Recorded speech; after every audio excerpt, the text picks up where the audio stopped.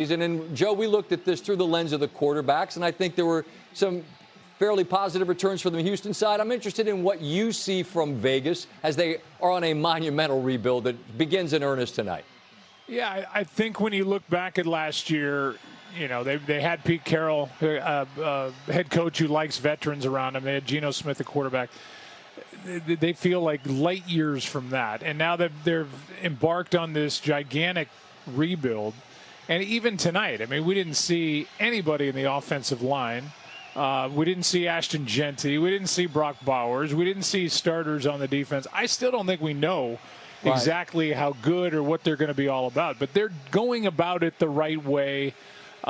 They've got a lot more talent now, young talent, than they did a year ago. Mendoza seems like the right guy, and it's just onward and upward from here. But they've got a ways to go, and they play in a tough division. Yeah, without question there. And Troy, before the game, we talked about Mendoza, and you said he has impressed you. There's an old adage, you can't be late across the middle in the National Football League. I mean, there's going to be plenty of learning moments. What did he get tonight that he could use moving forward?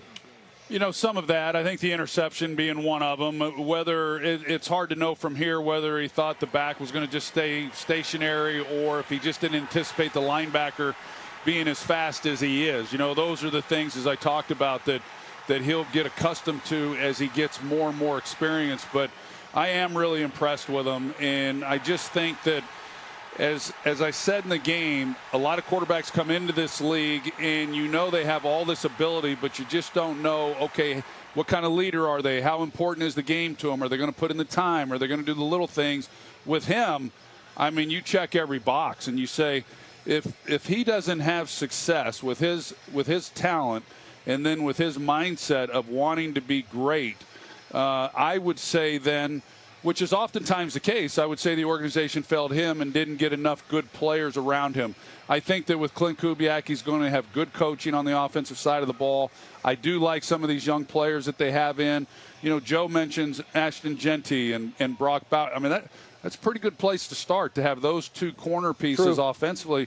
Now it's about protecting them. They got to get better at wide receiver. Those things will happen as well. But, you know, you don't solve everything in one offseason. But I do like the feel of this, and if Mendoza is who we think they are, this is a Raiders organization that looks to have a bright future. I'd love to close with a quick thought on Houston. Joe Burrow said now or never in Cincinnati. I can't imagine that Houston is in a state of urgency that's quite that profound. But I'm just interested in being around this Texans group, the sense that you guys have of just how ready they are to take that next step, because I have to feel like they're on the short list of teams that could reasonably get to L.A. and represent their conference. Well, when you have a defense like they have, yeah, the expectations are all the way to Los Angeles and playing in the Super Bowl, and they've had those expectations now for a couple of years. You know, this team has everything in place to be as good as anybody in football. Yeah, and you added the running back in Montgomery. David Montgomery was a huge get. The offensive line with Rutledge they drafted looks like he's going to be their center. They're trying to finally settle down the offensive line.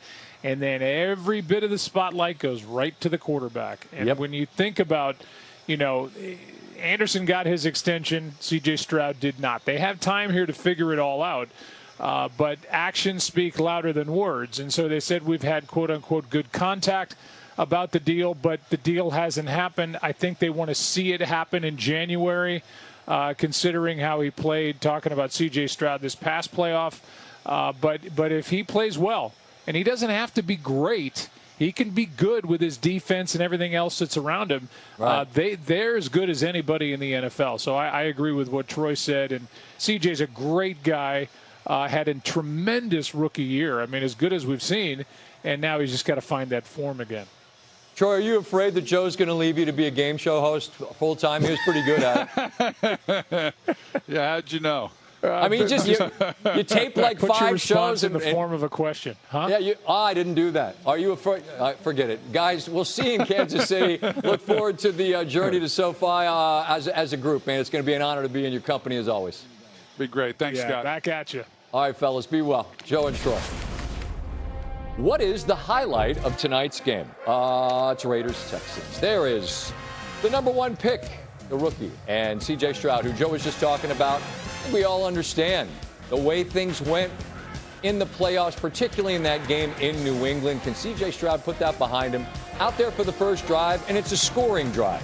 Nice toss to Jared Wayne, 3rd and 10. They lived in 3rd and long last year. That was a big part of the problem. There's another nice find. Tight end's always open, Steve. That's Foster Moreau. And then Woody Marks. Yes, Montgomery is there to tote the rock, but Marks looked excellent on this opening drive, ran it well, and it's 7-0 Texans. Ensuing drive for the Raiders. And there's one of the guys that the Raiders went out and spent a bunch of money on in the offseason. That's Jalen Naylor.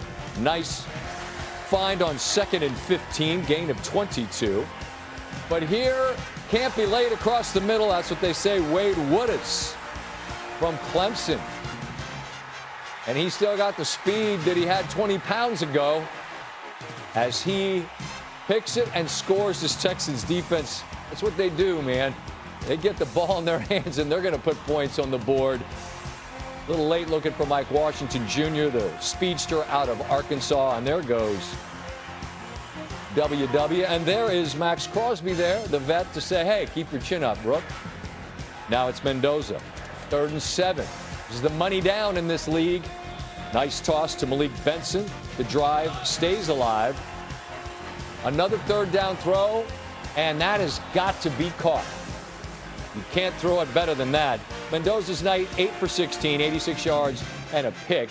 And it's preseason, yes, but the results matter. These guys are out here, as Joe and Troy said. They're fighting for jobs. They're still playing hard. Vegas got the ball at their own 4, and they go 96 yards. There's Aiden O'Connell to Brandon Johnson, the 4th-year man out of UCF. The clock's tick, tick, tick, tick, tick. You better get in because they're going to lay on each other, and the clock might exhaust itself. But eventually, they decide that's a touchdown. Significant to some. There were 2 extra points missed by Vegas. 22-20 is your final score. So salute to Vegas for playing hard till the end. Jason McCourty is alongside. And so much of what we talked about in our hour leading up on Countdown was about the #1 pick because this is a rebuild for Vegas, and they got a lot to try to fix. But you draft a guy hoping he's going to be the guy. He showed you what? He showed me that he has the short-term memory to be able to bounce back after a bad play. And I think that's what you want to see. He's a rookie. He's going to make mistakes. But what are you going to do after? So he throws that interception, gets to the sideline. We see Crosby go over and pat him on the head. But then he responds. And I think that's the part that you want to see if you're in that Vegas organization. Are there specific throws? Are there situations where you see things from him where, like, the light comes on for you, like, all right, because, I mean, he showed it in Indiana, but Saturday football and Sunday football are very different things. Just a little bit, SVP, a little different. But, yes, there are moments. I think him working through his progressions is impressive. Him going under center, something he didn't do at Indiana. I think those are the things that you want to see that's going to help him take the next step. And I got some plays to show you, too, Scott. All right, all right, this is our first